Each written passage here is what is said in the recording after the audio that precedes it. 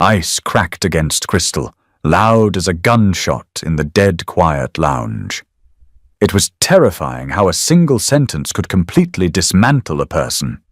Not the screaming matches, the quiet, offhand comments. He looked at her, looked at his new, razor-thin girlfriend, and dropped 4 words that stripped Nora to the bone. She didn't cry. She just poured another drink. But she wasn't alone in the room. The man in the corner booth heard everything. And he didn't believe in forgiveness. Bitter lemon pith wedged deep under Nora's thumbnails. That was always the hardest smell to wash out after a 12-hour shift at the cobalt-lit bar of the Albatross. She wiped down the mahogany surface with a rag that smelled faintly of mildew and cheap sanitizer. Her lower back throbbed with a dull, rhythmic ache, keeping time with the muffled bass thumping from the club across the street. It was 2:14 a.m. on a Tuesday. The city outside was weeping a slow, freezing drizzle, smearing the streetlights into greasy streaks of yellow and red. Only 2 people were left in the bar. One was a regular she only knew as Roman. He sat in the furthest corner booth, swallowed by the shadows, nursing a glass of Lagavulin he hadn't taken a sip from in over an hour. Roman wore suits that cost more than her annual rent, cut from a heavy charcoal wool that seemed to absorb the dim light. He possessed a stillness that made her teeth ache. No fidgeting, no glancing at his phone, just heavy, unblinking observation. She caught the metallic glint of a heavy watch on his left wrist when he occasionally shifted his hand, the slow scraping of his ring against the leather upholstery sounding like a knife on a whetstone. The other person in the bar was the last person she ever wanted to see. Colin. He had pushed through the heavy oak doors 20 minutes ago, dragging a cloud of stale rain, expensive weed, and his signature cologne, something sharp and aggressively synthetic. He wasn't alone. Clinging to his arm was Chloe. She looked like she had been assembled in a factory that only manufactured sharp angles and indifference. Collarbones you could cut glass with. A waist that made Nora painfully aware of the soft, yielding flesh of her own stomach pressing against her apron. "Just 2 vodka sodas, Nora," Colin said, his voice carrying that familiar, nasal arrogance. He leaned against the bar, invading her space. He didn't look at her face. His eyes flicked down to her waistline, then back to the scuffed brass rail of the bar. Nora poured the drinks. Her hands weren't shaking, but her chest felt incredibly tight, like her lungs had been replaced with wet sand. She hated herself for caring. They had been over for 8 months. 8 months of her trying to rebuild a sense of self-worth that he had meticulously chipped away at with passive-aggressive comments disguised as jokes. "So," Colin said, picking up the sweating glass. He smirked, leaning in just a fraction closer, lowering his voice so Chloe, who was busy reapplying lip gloss, wouldn't hear. But the bar was quiet. Too quiet. "I see the late nights are catching up with you. Or maybe it's just the bakery down the street. You look comfortable, Nora. Really filling out that apron." He said it with a smile, a soft, patronizing smile. Fat. He was calling her fat again. It wasn't a scream. It wasn't a theatrical insult. It was a scalpel, slipped cleanly between her ribs with practiced precision. Her face flushed hot, a miserable prickling heat that crept up her neck and settled in her cheeks. She wanted to throw the rag in his face. She wanted to spit in his drink. But she just stood there, paralyzed by a sudden suffocating wave of embarrassment. She felt enormous, clumsy, a heavy lumbering thing taking up too much space behind the polished wood. $20, Colin," she managed to say, her voice sounding thin and reedy. He tossed a crumpled 20 on the wet wood. "Keep the change. Buy yourself a salad." He turned, wrapped a hand around Chloe's skeletal waist, and walked out into the rain. The heavy door clicked shut. Silence flooded back into the room, thick and suffocating. Nora stood frozen behind the bar, a pathetic, ragged breath hitched in her throat.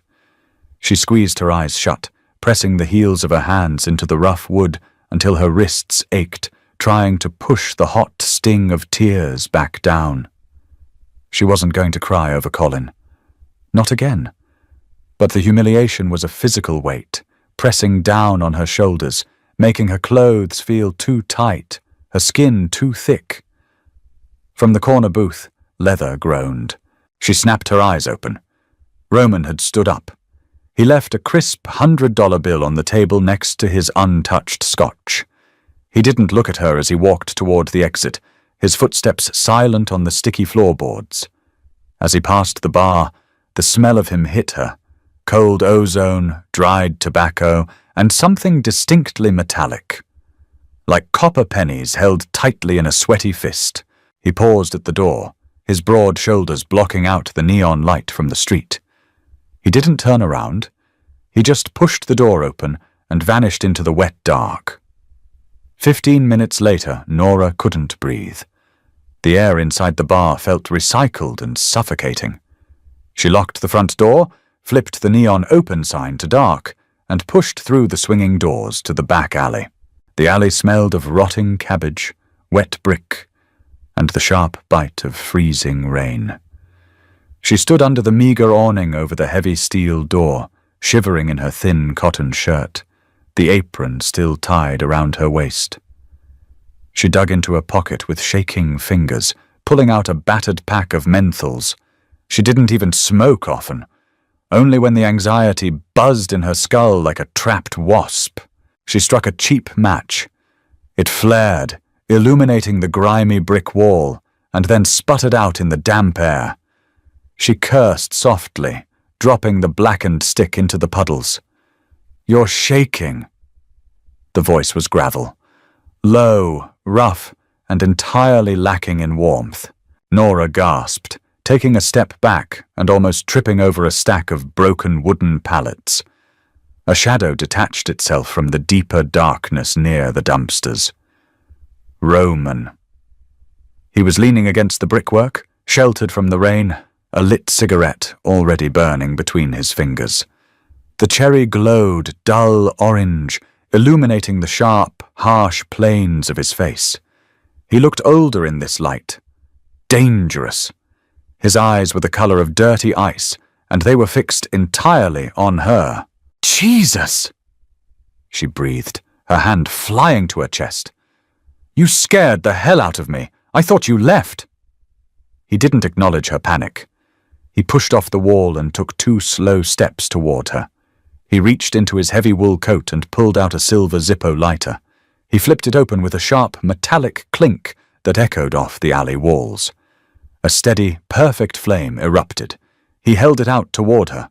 She hesitated, then leaned in, cupping her hands around his to protect the flame, even though there was no wind. His hands were freezing, stone cold. The tip of her cigarette caught, and she inhaled a lungful of harsh, minty smoke. "Thanks," she mumbled, stepping back quickly. She wrapped her arms around her own torso, suddenly hyper-aware of her body, her hips, her thighs, the way her stomach pushed against the apron strings. Colin's words were still echoing in her ears, a toxic mantra, really filling out. Roman took a slow drag of his own cigarette. The smoke plumed from his nose, thick and white in the freezing air. "You didn't charge him enough for the drinks?" he said. His tone was conversational, but there was a hard, flat edge to it. She let out a bitter, exhausted laugh. "It's Colin. He tips like he loves, barely at all, and only when people are watching." "Your ex?" It wasn't a question, unfortunately. Nora looked down at her scuffed boots. A worm of water was making its way through a crack in the sole, freezing her toes. "We dated for 2 years. I guess I didn't realize how much space I was taking up in his life. She didn't know why she was talking to him." Roman terrified her. Everyone in the neighborhood knew Roman wasn't a guy you talked to about the weather. He ran the shipping yards on the east side. People who crossed him didn't just disappear, they were dismantled. But right now, standing in the freezing rain, feeling utterly worthless and pathetic, she didn't care. He was a warm body in a cold alley, and she was bleeding out internally. Roman stayed silent. He just watched her, his eyes tracking the nervous flutter of her hands, the way she kept tugging at the hem of her shirt to pull it down over her hips. The silence stretched, heavy and expectant. The rain drummed a frantic rhythm against the metal dumpster. Her defenses, already battered by exhaustion and Colin's cruelty, just collapsed. She felt the ugly, shameful truth bubble up her throat, acidic and raw. "He thinks I'm disgusting," she whispered. The words hung in the damp air. She regretted them instantly. She sounded weak, needy. She clamped her mouth shut, staring at the wet asphalt, waiting for the condescension. Waiting for Roman to shift uncomfortably, to offer some hollow, polite platitude like, "No, you look fine," or to just walk away. He didn't do either. Roman took a final drag of his cigarette, then dropped it onto the wet cement, crushing it under the heel of his Italian leather shoe with deliberate force. He stepped closer. The smell of him wrapped around her. Copper, smoke, expensive cologne, and the distinct, unnerving scent of fresh rain on hot engine oil. He stopped less than a foot away. She had to tilt her head back to look at him. His jaw was clenched so tight a muscle ticked near his temple. "What exactly did he say to you?" Roman asked. His voice was lower now. It vibrated in her chest. "It doesn't matter," she lied, her voice shaking. "He's just an asshole. It's fine." Roman reached out. Nora flinched, expecting violence, but his large, cold hand simply brushed against her shoulder, a feather-light touch that felt heavy as an anvil. His fingers grazed the damp cotton of her shirt, resting just above her collarbone. "Do not lie to me, Nora," he said softly. The use of her name sent a shiver down her spine. She didn't know he knew it. "What did he say?" She swallowed hard. The shame was burning a hole in her stomach. "My ex called me fat," she whispered, the words barely audible over the rain. "He told me to buy a salad." She squeezed her eyes shut, bracing for the mocking pity. Instead, the hand on her shoulder slowly tightened. Not enough to bruise, but enough to hold her perfectly still. She opened her eyes. Roman wasn't looking at her with pity. He looked furious, but it was a cold, terrifying fury. His pupils were dilated, swallowing the grey of his irises. "Fat," Roman repeated. He tasted the word like it was poison on his tongue. "Yeah," she breathed. He looked down at her body. Not the way Colin did, not with disgust or clinical assessment. Roman looked at the curve of her hips, the fullness of her chest beneath the apron, the soft lines of her silhouette in the dim light. And then he looked back up into her eyes.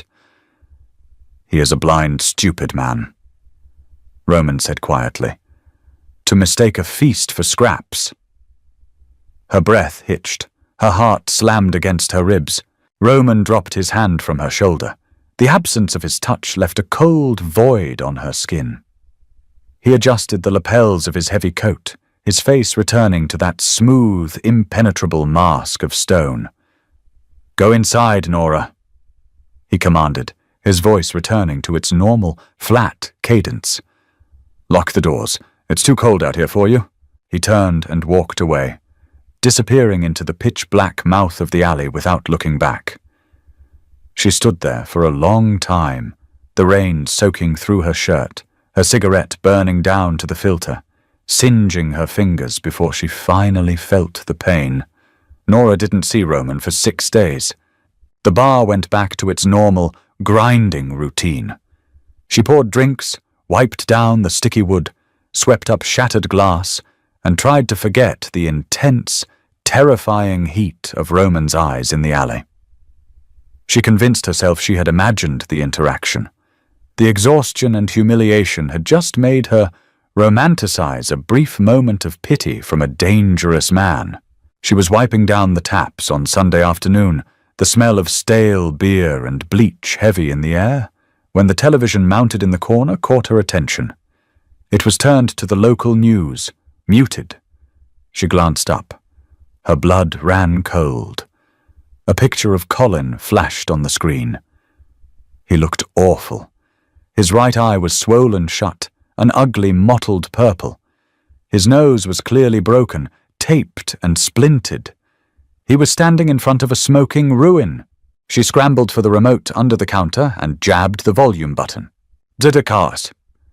Authorities are still investigating the cause of the blaze that completely gutted the luxury car dealership, managed by Colin Hayes early Friday morning. In a bizarre string of events, Hayes was also the victim of a brutal mugging later that same evening in the parking lot of his apartment complex. Hayes sustained severe facial fractures, including a shattered jaw that required emergency wiring. Police have no suspects in either the arson or the assault. The remote slipped from her sweaty fingers and clattered onto the floor mats. A shattered jaw, a gutted dealership. Her stomach heaved. A bitter, metallic taste flooded her mouth. This wasn't a coincidence. The universe didn't operate with that kind of instantaneous, violent karma. Colin's jaw was wired shut. He literally couldn't speak. He couldn't eat solid food. Buy yourself a salad. She backed away from the television, bumping into the cash register. Her breathing turned shallow and rapid. She felt a sickening mixture of absolute horror and a dark, twisted thrill that she immediately hated herself for. She had complained about a paper cut, and someone had dropped a nuclear bomb in response. The bell above the front door chimed. Nora jumped, spinning around. The afternoon sunlight poured in, blinding her for a second. When her eyes adjusted, her heart stopped. Roman was standing inside the door. He was dressed impeccably, as always. A navy blue suit this time, tailored perfectly to his broad frame. A dark crimson tie. He looked like a CEO, a titan of industry. But as he walked toward the bar, the afternoon light caught the faint, yellowing bruise on his left knuckles. The bar was empty. It was just him and her. He sat down in his usual corner booth. He didn't ask for a menu. He didn't say a word. He just placed his hands flat on the table and looked at her. Her legs felt like water.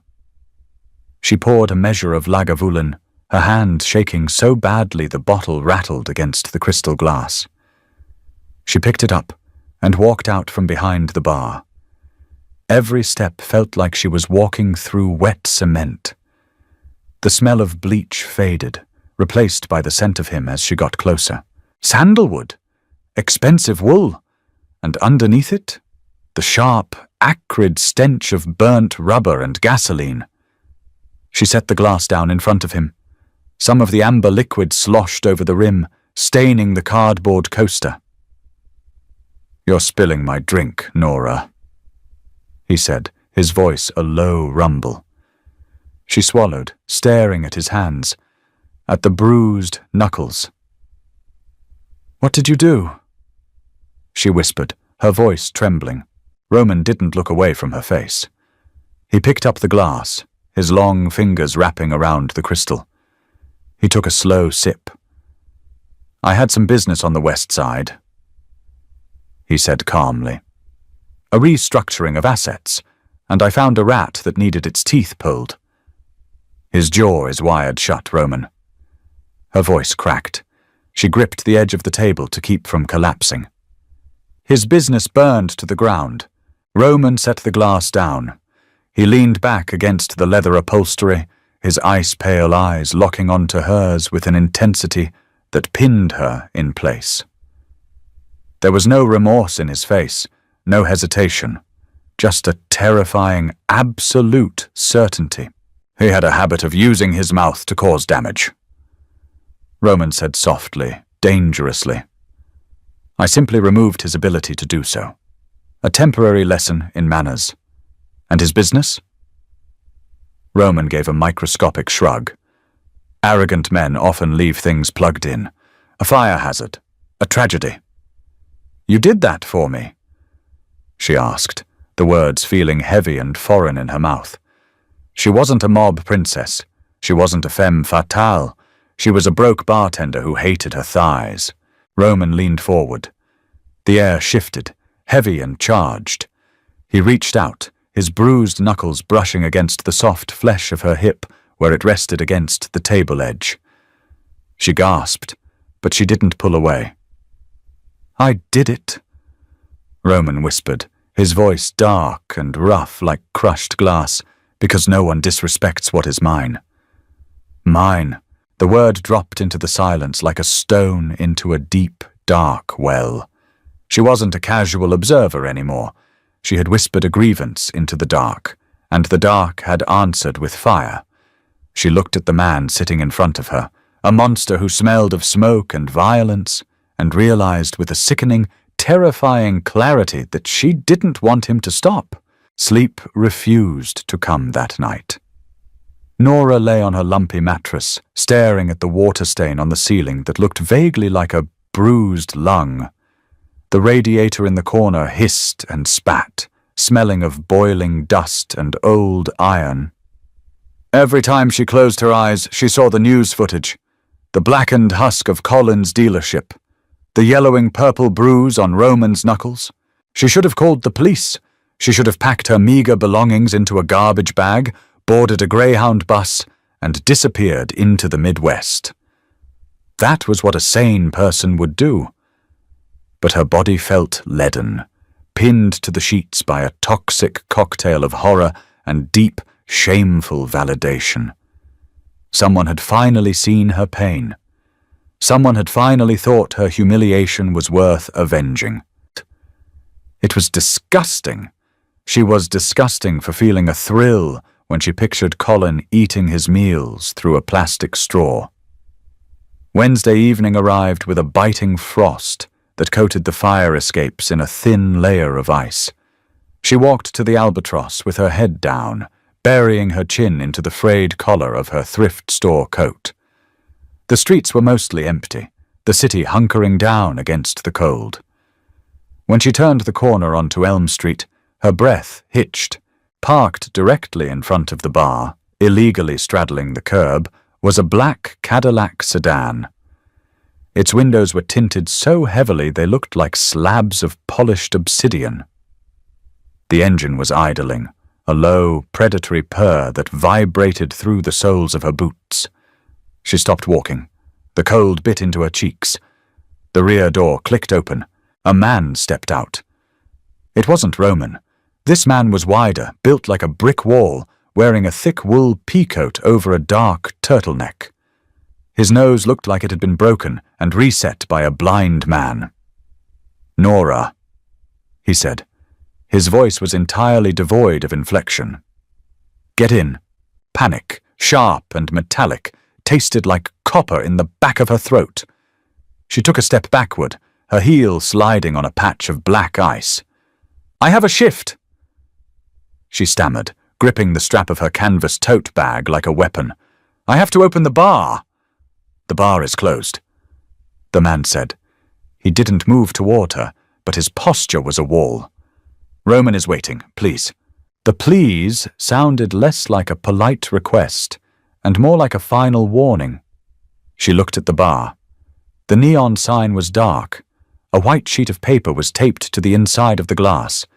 Even from 10 yards away, she could read the bold black marker, closed for renovations. Her stomach plummeted. She didn't own the bar. She just worked there. But Roman had clearly made a phone call. Or paid a visit. She walked toward the car, her legs stiff, moving with the jerky mechanics of a marionette. The man held the door open. She slid into the back seat. The door slammed shut behind her, sealing her in a cavern of suffocating heat, thick leather, and the faint, dry scent of gunpowder and mint. Roman was sitting next to her. He didn't look at her immediately. He was reading a file on a tablet, the harsh blue light carving deep shadows under his cheekbones. He wore a charcoal suit today, the jacket unbuttoned, revealing a crisp white shirt pulled taut over his chest. "You're shivering," he noted, finally turning his head. His ice-pale eyes dragged over her cheap coat, her damp hair, the nervous tremor in her hands. "You shut down my job," she said. Her voice was supposed to be angry, but it came out as a breathless squeak. "I bought the building," Roman corrected smoothly. He tapped the screen of his tablet and set it face down on the leather seat between them. "The plumbing is abhorrent. The roof is a liability. It will take 3 months to gut and rebuild." "I need that job, Roman. I have rent. I have bills." "Your rent is paid," he replied, his tone as casual as if he were discussing the weather. "For the next year. The lease is now in your name, solely. No more roommates." She stared at him, her mouth slightly open. The heater blasted warm air against her frozen ankles, but she felt entirely cold. "You can't do that. You can't just buy my life. I didn't buy your life, Nora. I removed the obstacles that were draining you." He shifted closer. The heavy wool of his trousers brushed against her denim-clad knee. She flinched, but the space in the back seat was too tight to retreat. "You work 12-hour shifts for minimum wage, serving poison to men who do not respect you. That ends today." "Why?" she demanded, a sudden irrational anger flaring up, cutting through the fear. "Because I complained about my ex. Because I was sad in an alley. What do you want from me?" Roman's jaw tightened. The muscle near his temple gave a rapid, rhythmic tick. He reached out, and before she could pull away, his large hand wrapped around her wrist. His skin was warm this time, uncomfortably warm. He pulled her hand toward him, turning it over to expose her palm. He traced the yellowed, rough calluses at the base of her fingers, the result of hauling kegs and scrubbing wooden bar tops. "I want you to stop acting as if you are a burden to the space you occupy," he said quietly. His thumb pressed firmly into her palm, sending a jolt of nervous electricity up her arm. "I want you to understand that when I claim something, I take care of it." "I am not a thing," she whispered, pulling her hand back. He let it go, but his eyes never left hers. "No," Roman agreed, his voice dropping to a gravelly murmur. "You are a woman who has been starved of worth. We are going to fix that." The Cadillac glided through the slick city streets, moving away from her gritty neighborhood and crossing the river into the financial district. The buildings here didn't bleed rust. They scraped the grey sky with flawless glass and steel. The car pulled into an underground parking garage of a high-rise. The wide man who drove them, Roman called him Dominic, escorted them to a private elevator. They rode up in silence. Her ears popped. The doors slid open to reveal a massive, open-concept floor that smelled intensely of ozone, fresh orchids, and sterile air. It was a private boutique. Racks of clothing wrapped in black silk covers lined the walls. A massive crystal chandelier hung from the ceiling, casting sharp, prismatic light over the plush grey carpeting. A woman materialized from the back. She was older, impeccably dressed in a severe black suit, with a tape measure draped like a snake around her neck. "Mr. Cale," she said, her voice dripping with deference. She didn't look at Nora. "Everything is prepared." "Show her," Roman commanded. He walked over to a heavy velvet armchair in the corner of the room, sat down, and crossed his legs. He pulled out a sleek silver phone, but his eyes remained fixed on Nora. The woman turned to her, offering a tight, professional smile. Right this way, miss. Nora followed her into a fitting area partitioned by heavy velvet drapes. The mirrors were everywhere. Three-way mirrors, full-length mirrors, magnifying mirrors. She caught her reflection and winced. Next to this polished woman and the opulence of the room, she looked like a stray dog. Her hair was frizzy from the damp air, her face pale, her hips wide beneath the cheap, boxy cut of her jeans. "Please disrobe," the woman said, turning her back to give Nora privacy. "Leave your undergarments on. We need precise measurements." Her blood ran cold. "Measurements? For what?" "For everything, miss. Mr. Cale has ordered a complete wardrobe. Day wear, evening wear, outer wear." She looked at the thick velvet curtain separating her from Roman. He was just sitting out there, waiting. I'm a size 14, Nora said to the woman's back, her voice trembling. "Sometimes a 16. You probably don't have things here that fit me." She was used to the sigh, the sympathetic, condescending tilt of the head from sales associates before they directed her to the dark, hidden corner of the store labeled Women's Plus. The woman turned around. Her face was blank. "Miss, we do not stock sizes here. We build them. Please, take off your clothes." With shaking hands, Nora peeled off her damp coat. Then the oversized sweater. Then the jeans.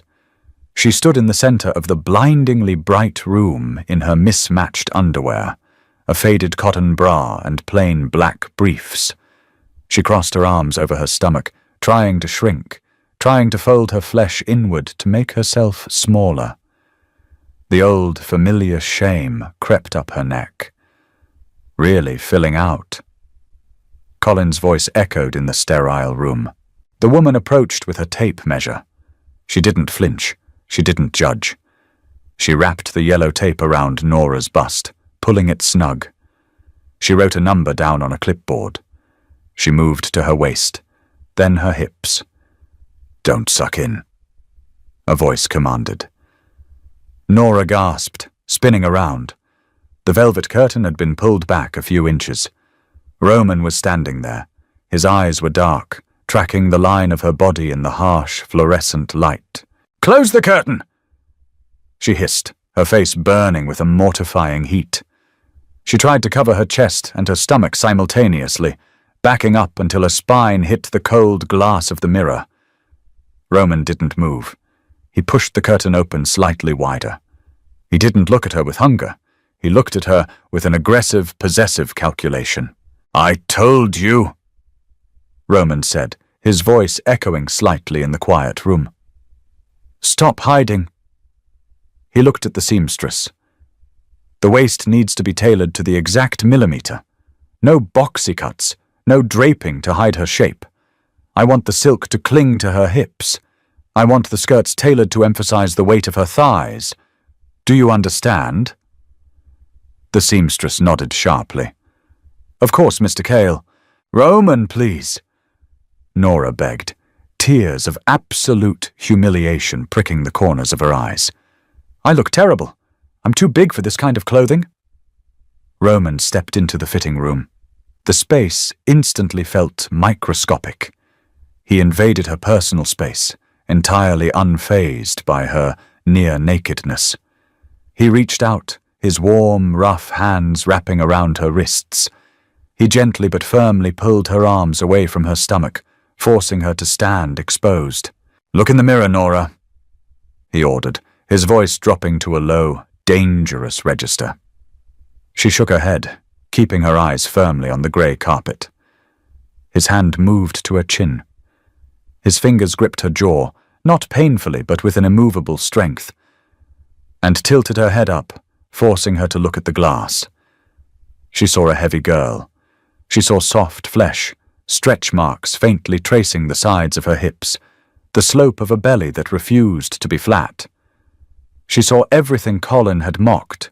"You see a flaw," Roman whispered. His breath was warm against her ear, smelling faintly of black coffee. His hands slid down to rest heavily on her bare hips. His thumbs pressed into the soft skin, branding her. I see a woman. Soft, abundant, real. Any man who prefers bones is a boy who doesn't know what to do with a feast.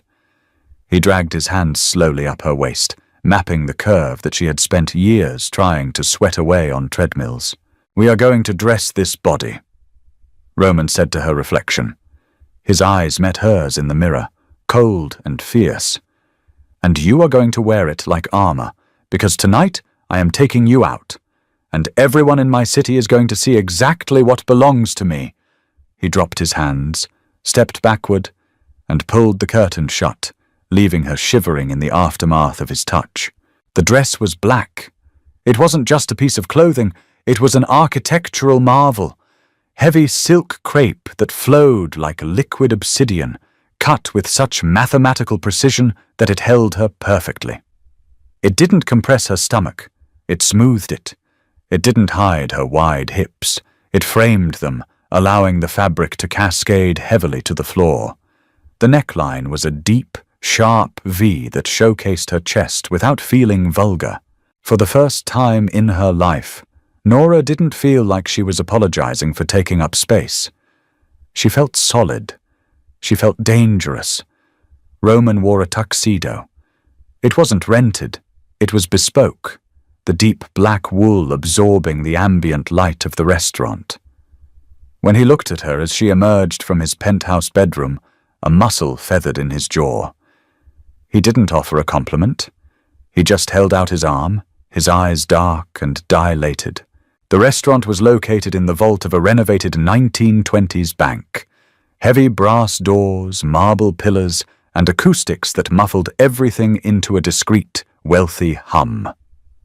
The air smelled of truffles, expensive, heavy red wine, and the sharp, floral bite of exotic perfumes. As they walked through the dining room, heads turned. Not casual glances, hard, assessing stares. Roman didn't acknowledge them. He guided her with a firm hand on the small of her back, the heat of his palm seeping through the silk of her dress. They were led to a private alcove enclosed by frosted glass partitions. A round mahogany table sat in the center. 3 men were already seated. They stopped talking the moment Roman pulled back the heavy curtain. The man to the left was older, with silver hair and a face carved from granite. The man on the right was young, wiry, with restless, darting eyes. But it was the man in the center who made her stomach knot. He had a cruel, handsome face, a sharp nose, and a smile that didn't reach his eyes. "Roman," the man in the center said, standing up. "You're late. Traffic, Arthur." Roman said smoothly. He pulled out a chair for Nora.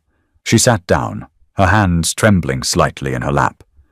Roman took the seat beside her, dominating the space. "And who is this?" Arthur asked.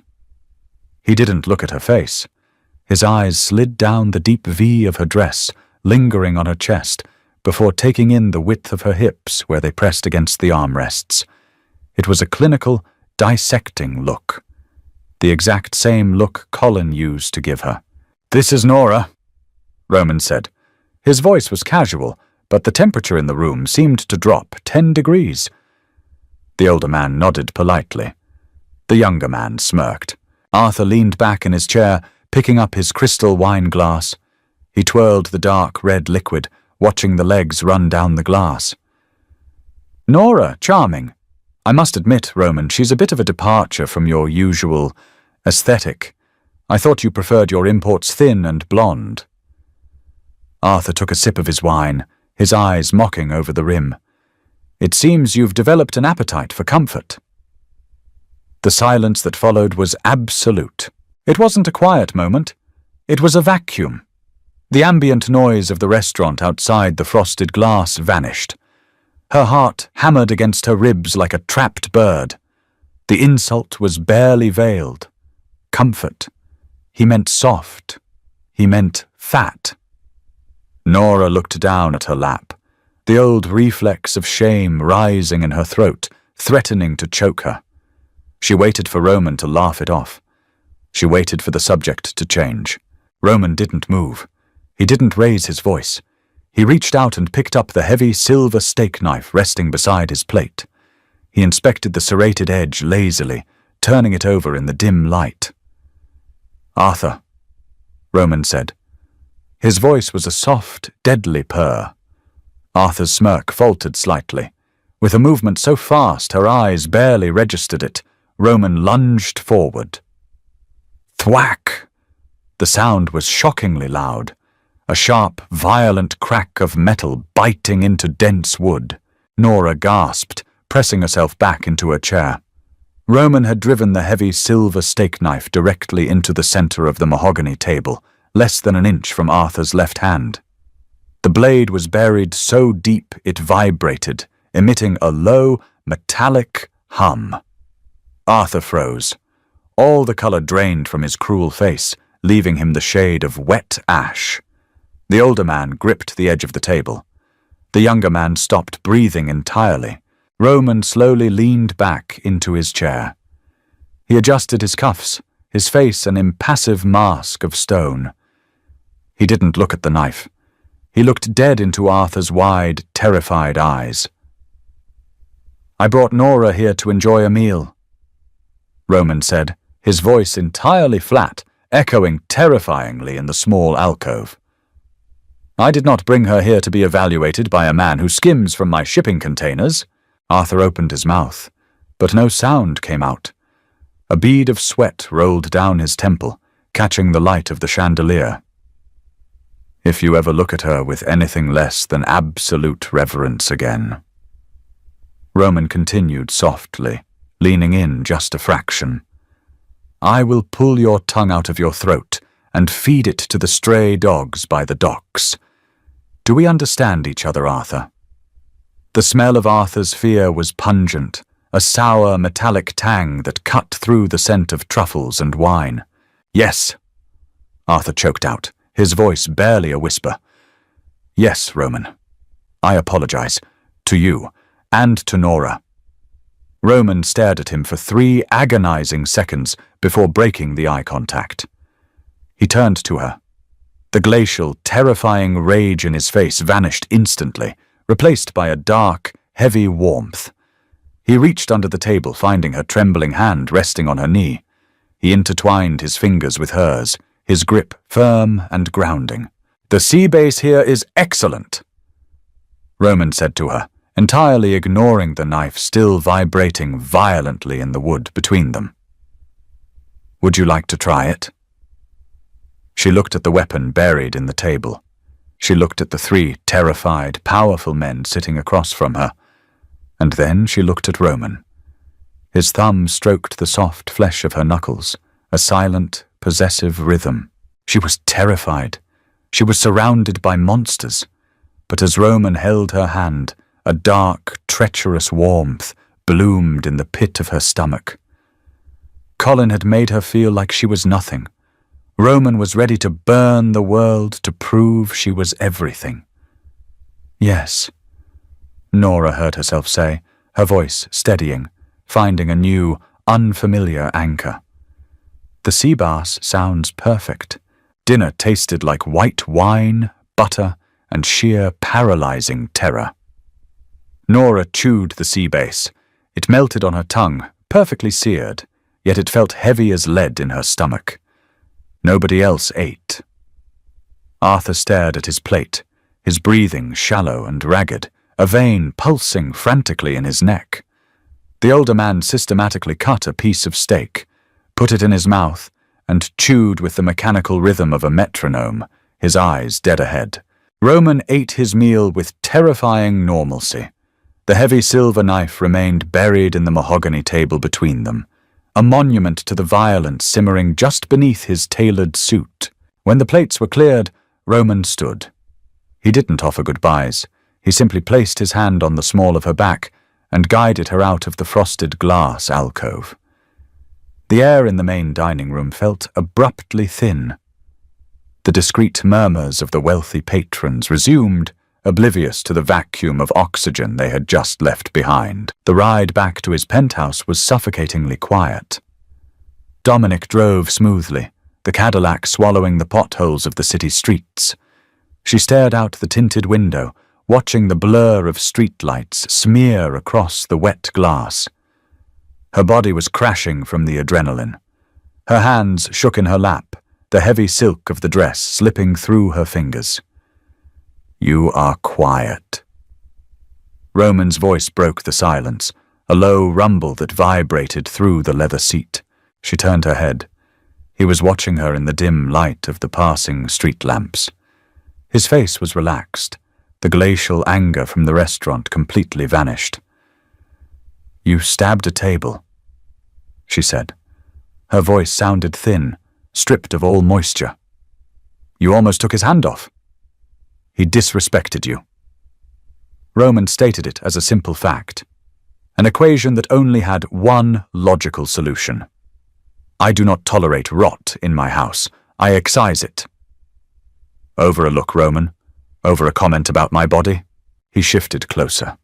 The smell of sandalwood and something distinctly metallic, like a discharged firearm, washed over her. He reached out, his knuckles brushing against her cheek. His skin was warm. Men like Arthur test boundaries. They probe for weakness. He looked at you and saw a woman who was used to shrinking. He thought he could use that to diminish me. Roman's thumb traced the line of her jaw. I merely corrected his vision. They reached his building. The elevator shot them up 40 floors in complete silence, her ears popping from the altitude change. His penthouse was a study in aggressive minimalism.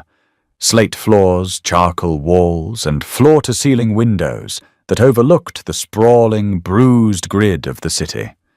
It smelled of ozone, expensive espresso, and cold leather. She stood in the center of the massive living room, suddenly acutely aware of how isolated she was. The heavy brass door had locked behind them with a definitive electronic clack. She was locked in a tower with a man who could end a life with a twitch of his wrist. Roman took off his suit jacket, tossing it over the back of a suede sofa. He undid the top 2 buttons of his crisp white shirt, pulling his crimson tie loose. The fluid, predatory grace of his movements made the breath catch in her throat. He walked toward her. She didn't back away. He stopped inches from her, his towering frame blocking out the glittering city lights.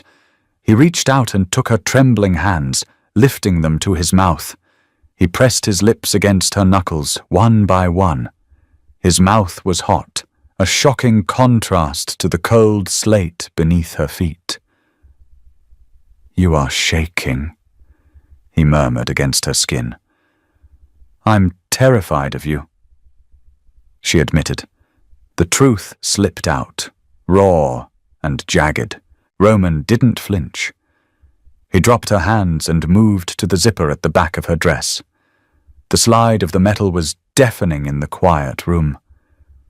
"You should be," he whispered, his breath ghosting over the bare skin of her neck. "But never for yourself." The heavy silk pooled at her feet. She stood in front of him in nothing but plain black underwear. The cold air of the penthouse hit her flesh, raising goosebumps on her arms. The urge to cover herself, to cross her arms over her stomach, was a physical ache. She fought it. She forced her arms to remain at her sides, her nails biting into her palms. Roman stepped back to look at her. The city lights cast long, stark shadows across his face. His eyes were dark, tracking the slope of her shoulders, the fullness of her breasts, the curve of her belly, the width of her hips. It was the most exposing moment of her life. She braced for the inevitable critique, the subtle shift in his expression that would tell her the fantasy had broken. That reality was too heavy, too soft. It never came. Roman dropped to his knees. She gasped, her hands twitching. A man who demanded absolute submission from the city's worst monsters was kneeling on the cold slate floor in front of her. He reached out, wrapping his large, rough hands around her hips. He pressed his face into the soft flesh of her stomach. He breathed in deeply, his eyes closing. "Roman," she choked out, a single hot tear spilling over her lashes. He didn't speak. He just turned his head, pressing a firm, lingering kiss against the stretch marks on her left hip. Then the right. He kissed the very things she had spent her entire adult life agonizing over. He traced the curve of her waist with his thumbs, his grip bruising, possessive, absolute. "Perfect," he rasped, his voice vibrating against her bare skin. "Abundant. Mine." She tangled her fingers in his dark hair, the tension draining out of her body, replaced by a heavy, liquid heat. Colin had made her feel like a temporary, inconvenient occupant of his life. Roman was treating her like she was the only solid thing in a world made of smoke. 3 weeks bled into one another. Life in the penthouse was a strange, suspended reality. Nora didn't go back to her apartment. Dominic retrieved her meager belongings in 2 garbage bags, dropping them onto the slate floor with a heavy thud that sounded like a funeral knell for her old life. She was surrounded by luxury, Egyptian cotton sheets, a kitchen stocked with ingredients she couldn't pronounce, a closet filled with clothes tailored to her exact measurements, but the isolation was absolute. Roman worked long, unpredictable hours. She spent her days reading by the window, watching the rain lash against the glass, trying not to think about the violent empire that paid for the orchids on the dining table. She was reading on a Tuesday evening when the electronic lock chimed. It was 3 a.m. Roman never came home this early unless he was changing for a flight. The heavy door swung open. Dominic stepped in first, his massive frame tense. He didn't look at her. He just held the door. Roman walked in. He was wearing a black trench coat. He was leaning heavily against the door frame, his face the color of old parchment. He didn't say a word. He just pushed off the frame, took 3 halting steps into the foyer, and collapsed to his knees. She dropped her book. The heavy hardcover hit the floor with a crack. "Roman!" She scrambled off the sofa, her bare feet slapping against the cold slate. She slid to her knees beside him. The smell hit her before she saw it. It wasn't the clean metallic scent of ozone or the crispness of his cologne. It was the thick, sweet, sickening stench of fresh blood, copper and rust. "Get the kit," Dominic grunted, stepping past them toward the master bathroom. He sounded completely calm, a man used to sweeping up shattered bones. Nora looked at Roman. His eyes were open, but the pupils were blown wide, swallowing the grey irises entirely. He was staring at the ceiling, his jaw clamped so tight a muscle throbbed frantically near his ear. He was clutching his left side, just below the ribs. Thick, dark blood was seeping through his fingers, pooling on the immaculate grey slate. Her stomach heaved. The world tilted on its axis. This was the reality of the man who kissed her stretch marks. This was the price of the silk dresses and the paid rent. "Nora." Roman's voice was a wet, ragged rasp. His blood-soaked hand reached out, his fingers catching the fabric of her sweatpants. "Don't look like that." "Like what?" She sobbed, pressing her own hands over his, trying to stem the flow. The blood was hot, sticky, and completely terrifying. "Like you're sorry for me." Dominic returned with a heavy black tactical case. He dropped it onto the floor, popping the latches. "Move, Nora." She scrambled back, her hands dripping with Roman's blood.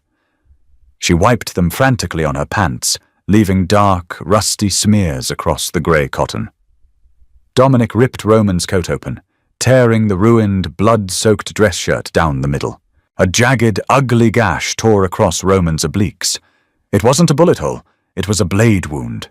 Deep, ragged, and pulsing with every shallow breath he took. "Hold his shoulders." Dominic ordered, snapping on black nitrile gloves. "I have to pack it before he bleeds out." She didn't argue. She didn't freeze.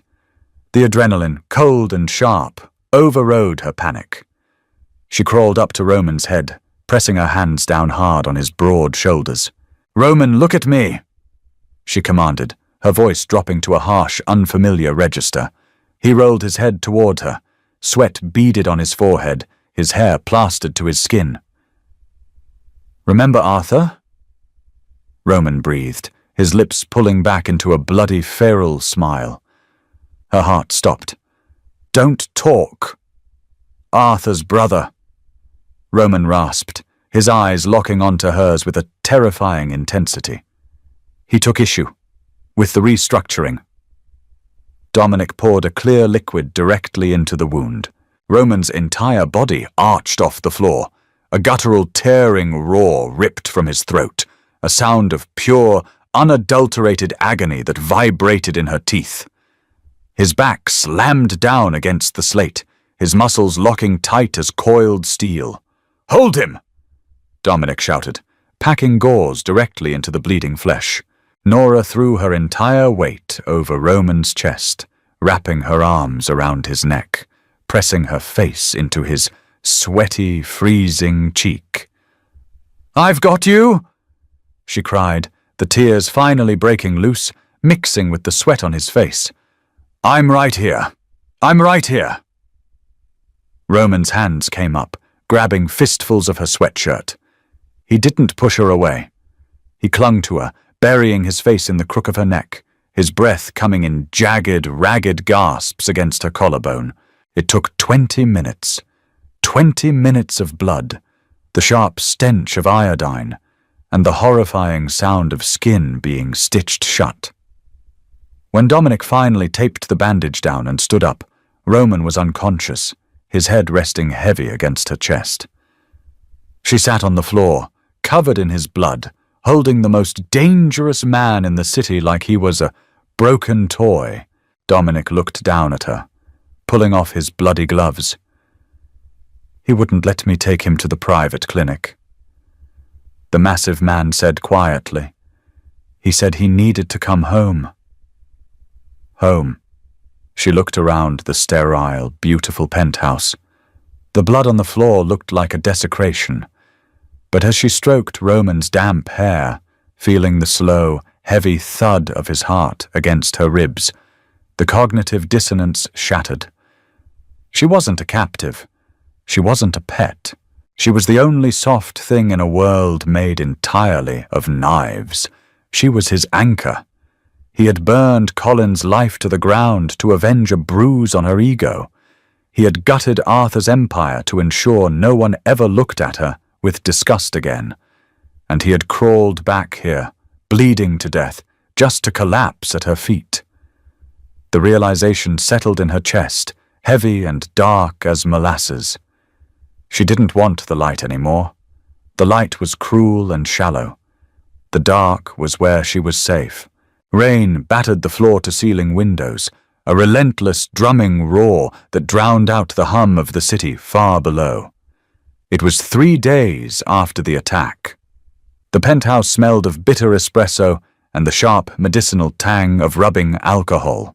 Nora stood by the glass, holding a mug of black coffee, watching the grey morning light struggle to pierce the heavy storm clouds.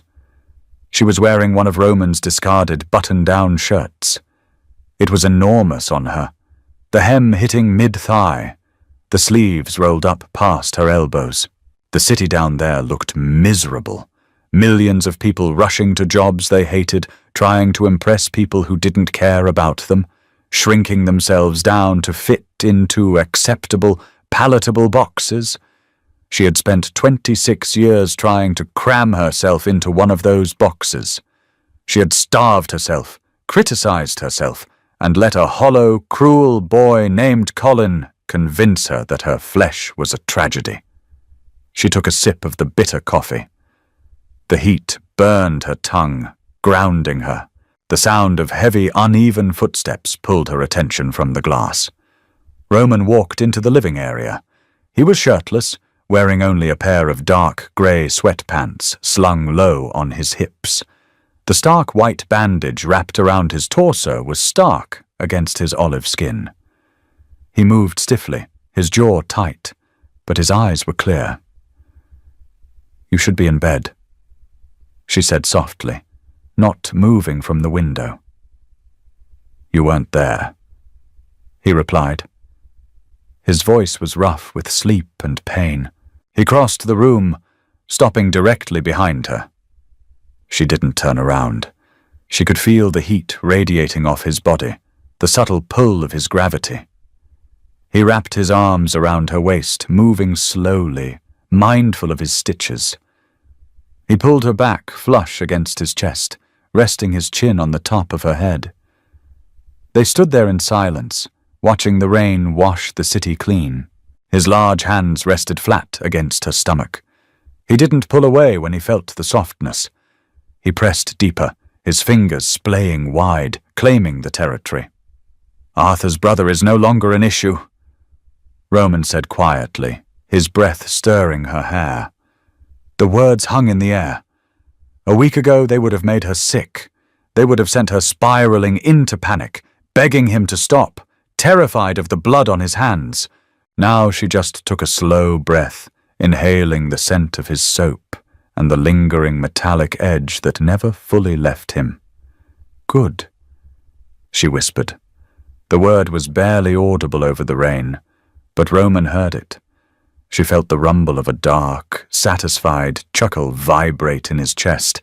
His arms tightened around her.